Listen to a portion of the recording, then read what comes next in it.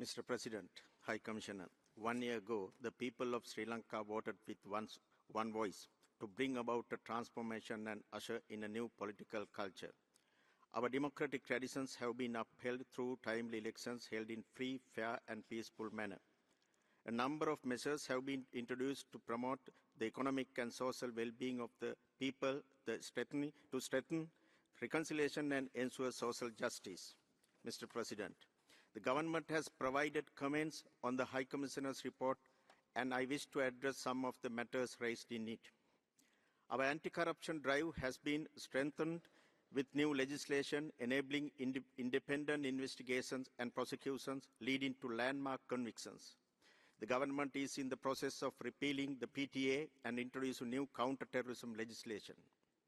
Amendments are being formulated through consultations to the Online Safety Act.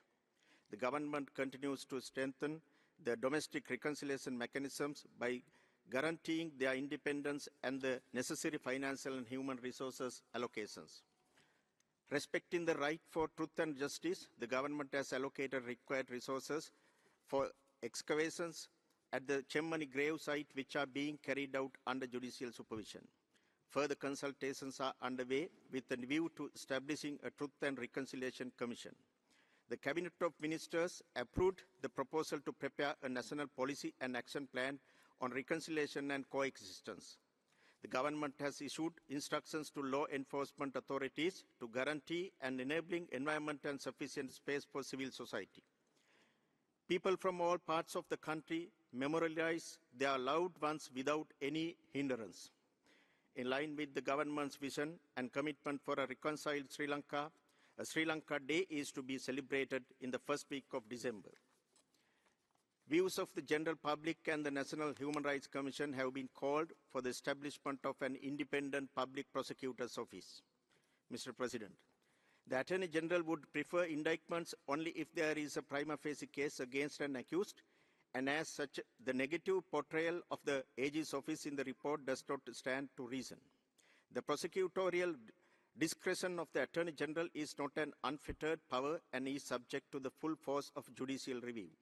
The reference to the amended Personal Data Protection Act in the report is erroneous, as the proposed revisions are not related to exemptions as indicated. The government is committed to advancing accountability through credible domestic processes. Recent decisions by the Sri Lankan courts demonstrate the independence of the Sri Lankan judiciary. The government has afforded full independence to the police, and investigations have been resumed into many long-standing cases, including the Easter Sunday attacks and attacks against journalists. A large majority of lands have been released. Adequate compensation is paid to rightful owners where release is not possible. A cabinet-appointed committee is addressing competing claims and land issues faced by people living in areas identified as state reserves and places of archaeological significance. To build confidence among the public, the government is taking several initiatives, including opening of roads, infrastructure, development, livelihood support, and promotion of industries. Legislation is being formulated to increase wages in the plantation sector, while over 5,000 houses are to be handed over shortly.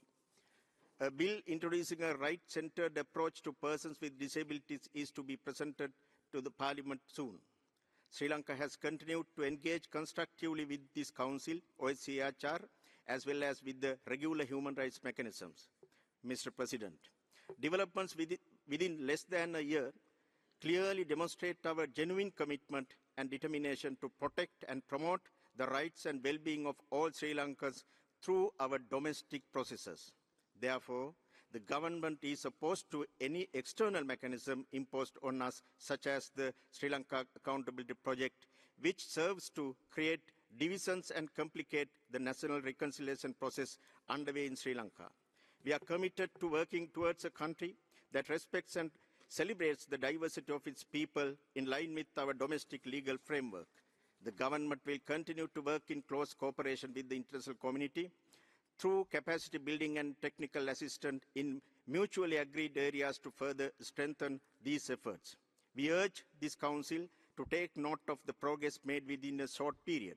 We seek your continued support to provide us the time and space that is required to make use of this historic opportunity to advance the rights and well-being of Sri Lankans through national processes. Thank you. Merci. J'invite